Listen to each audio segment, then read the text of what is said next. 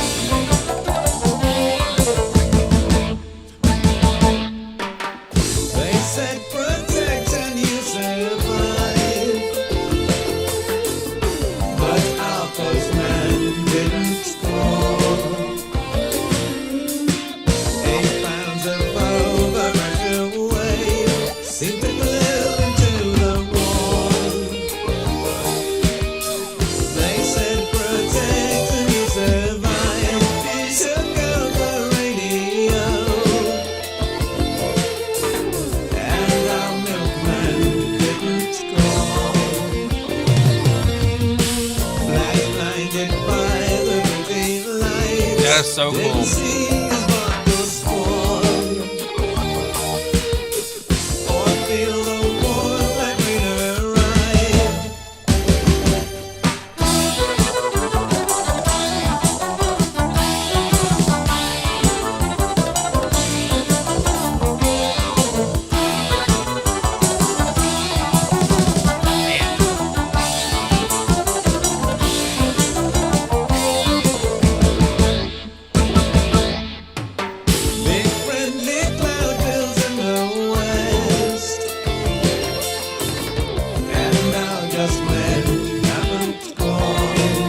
Say who's doing the synthesizer again? Oh yeah, Eddie Jobson. My man.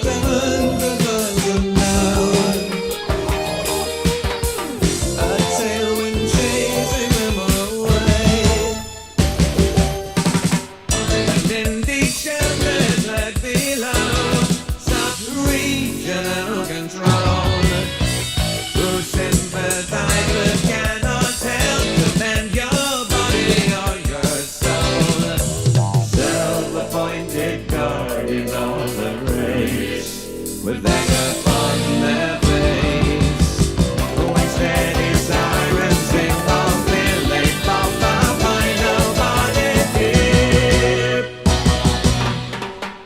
And so I watched in Nissan spin. Our paper man doesn't fall. Those synths are so cool. Bird shadow breathing on the road. Now there's nothing there at all. Eggs going in too.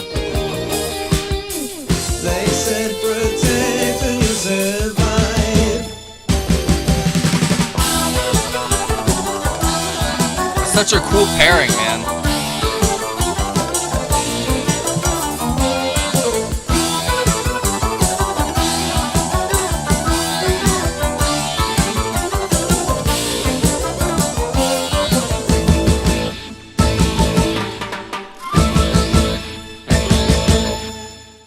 That was an epic song, bro. I'm not gonna lie.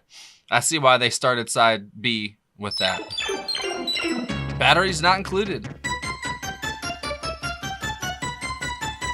A song that's probably still relevant to today. Because they're not. Ever.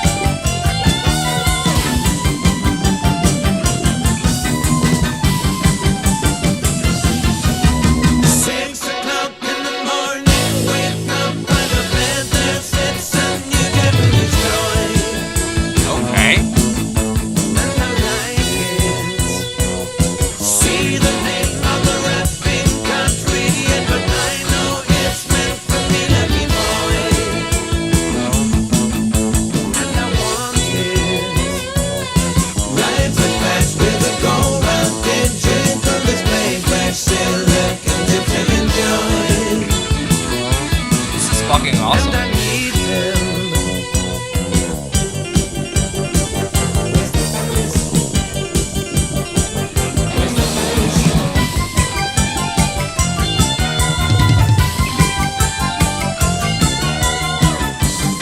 Keys, guitar, and flute almost? Like, that's crazy, man.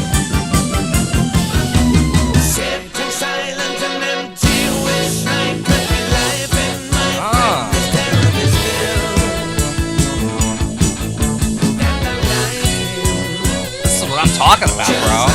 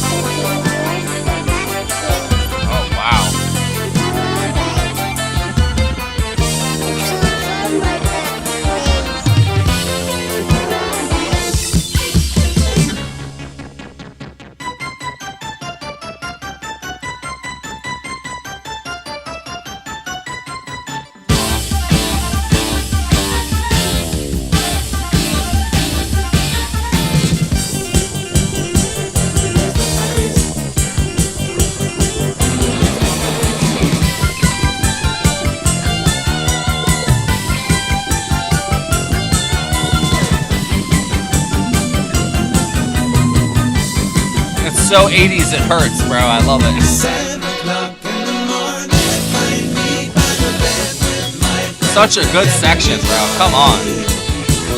That little lick at the end, it's a good run. Mommy, Daddy, can't see you. You back is not included in this little boy.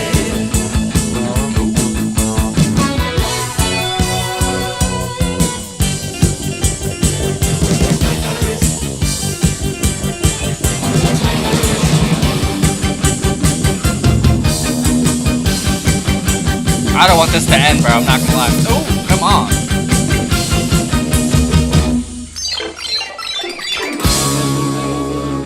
Eddie Jobson's ridiculous, bro. What an addition. I mean, seriously. Martin Barr, Ian Anderson, Eddie Jobson. Come on, bro.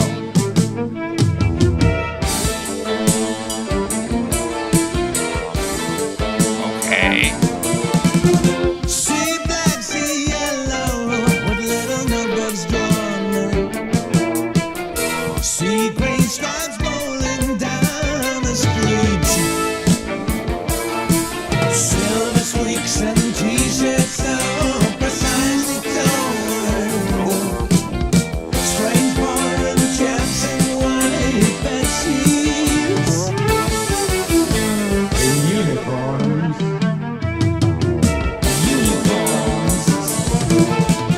See golden haloed men of high renown. Prance to the politician's beats. It's got a little darkness to it. I like it. Well tailored in unswerving elegance. With shoes by Gucci on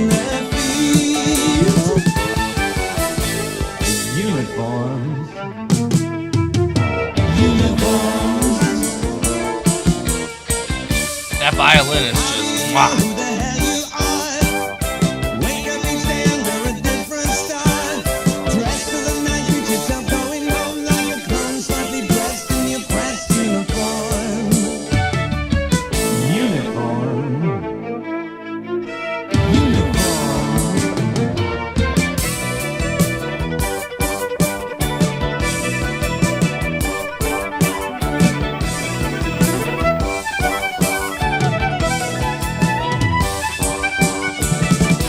Sounds like Mahavishnu. Just for a second there.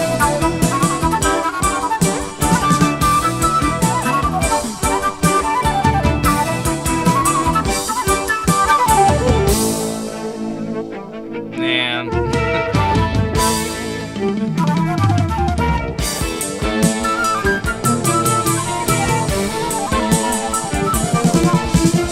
White feather dress on green pitch brown 11. Beneath the swelling box of meat,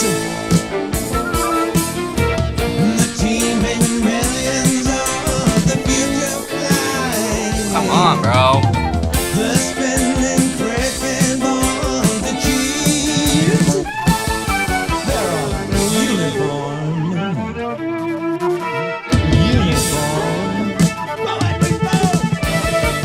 There's angst and malice in this. I love it.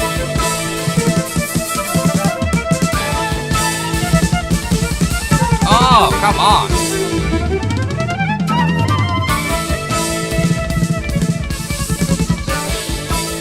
Damn. Oh, no, come on.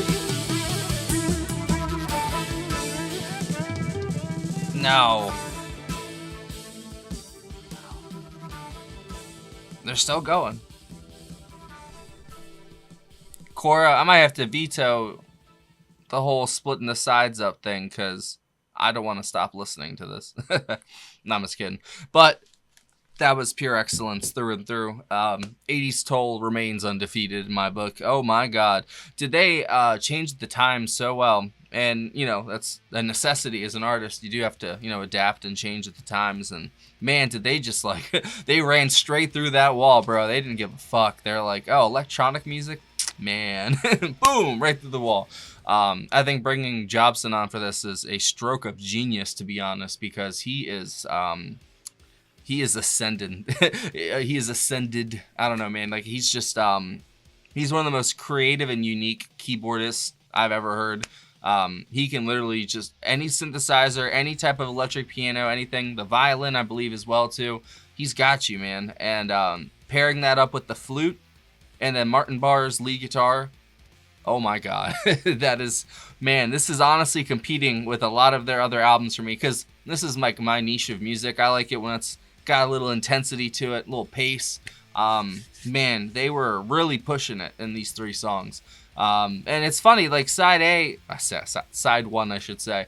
It had that, but it also it felt a little more spacey compared to this. Like these felt a little more harder edged. But I loved Ian's voice in this. There's only one song on the last side that kind of got to me a little bit, but his singing has been so on point. They were very focused, it seemed like, on this album, even though it's supposed to be, or originally was, an Ian solo album, you know. Honestly, I couldn't tell. It sounds like a Jethro Tull album, you know what I mean? Obviously, the addition of Jobson makes it, you know, a difference. You know, that's like, you know, like I always say, they bring a different kind of sound aesthetic for each album. And Jobson's violin and, you know, the synthesizers are definitely the use that, you know, they're going for here. And especially in Batteries Not Included, that was hardcore as fuck, bro. I'm not gonna lie. Honestly, all three of those songs, those might be my favorite from the album so far, and that's saying something because I really enjoyed side one. So that's crazy. That drum solo there at the end of Uniform was sick too. I wish it kept going. So that was. Wait, so he didn't. Oh, never mind. Okay. Ian Anderson, vocals, flute, Martin Barr guitar, Dave Pegg, bass guitar and mandolin, Mark Craney on drums, and Eddie Jobson on keyboards, synthesizer, and electric violin. I honestly, you'd be hard pressed to find a better. Oh wait, now looking back at side one, Man, Crossfire and Black Sunday were banging though. It's hard to pick favorites already. That's that's crazy. But I'd say Protect and Survive is a great way to kick off side 2. Like I said, there's a lot of intensity to it, and I really like Martin's guitar. The way it's like, I don't know, it's in the mix. It's not too far up, but it's like right there where it pairs perfectly. AI camera, sorry. It pairs perfectly with Jobson's like bass layer of synthesizers and keys, and then Ian's flute when it does pop up. That harmony between those three instruments or whatever they're using, fantastic. And of course the rhythm section, pretty dominant too. The bass is there in the mix. I honestly really like this mix, and this isn't the Steven Wilson remix. I'm pretty sure it's not, because it would say that in the copyright claims, and it didn't last week, so I'm guessing this isn't the like a remaster or whatever. Honestly, I think that's 1980, right? Or what year exactly was this? Yeah, it was 1980. Did they predict what was coming or what? Because this predates a lot of, or it's around the same time some stuff started sounding like this. They started incorporating more electronic elements, and I think it's interesting to hear the difference between the old kind of sounding Tull and the new sounding Tull that you got here. You know, like it's almost jockeying for position in the sound itself. You can hear the struggle happening, but it's, I think, a manufactured struggle, and I think it sounds excellent, to be honest. It's really cool to hear them going back and forth from like the old kind of 70s Tull sound to the 80s Tull sound. It just kind of flip-flops back and forth, and it's just like, I don't know, pinpoint precision. They're just hitting every freaking mark, bro. I'm not even gonna lie. And it's funny, I haven't felt this excited about every Jethro Tull album. You know, everyone's got their favorites, but I really feel like this has been one of my favorites. I'm not gonna lie. I think just adding Jobson to it, that automatically makes it an A in my book, because I love Eddie. Every project, so good. Everything he's been a part of, so good. But I'd say through this, like, my favorite standout instrument's kind of hard to pick. I think Jobson was pulling a lot of the slack here, but Martin was too. Some of those lead lines were just delicious. So good, bro. And this, like I said, the harmony between all the instruments, and the kind of chaos that ensued at points, I think that's really cool, man. Kind of showing off a side of them that, I have heard before, but also there are little distinct moments that I've never really experienced with the Tull album. So I think it's cool, man. This is completely different.